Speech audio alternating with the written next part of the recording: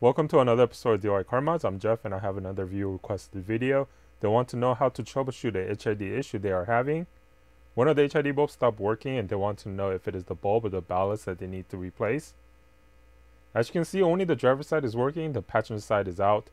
I'm going to show you how to troubleshoot this issue. The first thing you need to do is go ahead and remove the HID bulb from the side that is not working. I have done so right here. Next, I'm going to turn off the lights and swap this side with this bulb from the non-working side.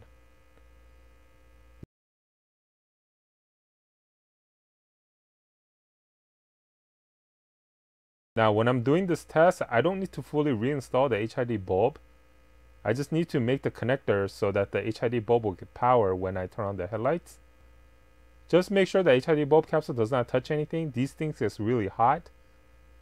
Next, turn on the headlights and check to see if it works, and as you can see, it does. So it is not the HID bulb that is the issue, because as you can see, when I hook up the bulb from the side that is not working and connect it to this side, everything works. The problem most likely is the HID ballast or the igniter. So if I change that out, it should fix everything. However, before ordering a new ballast or igniter, just to double confirm that that is the issue, take the good HID ballast that you just removed and reinstall it on the other side.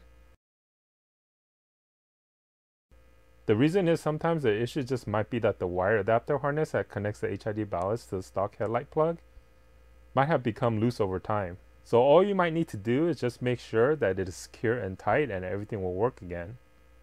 However, if it doesn't work, then yeah, you need to order a new HID ballast or a igniter.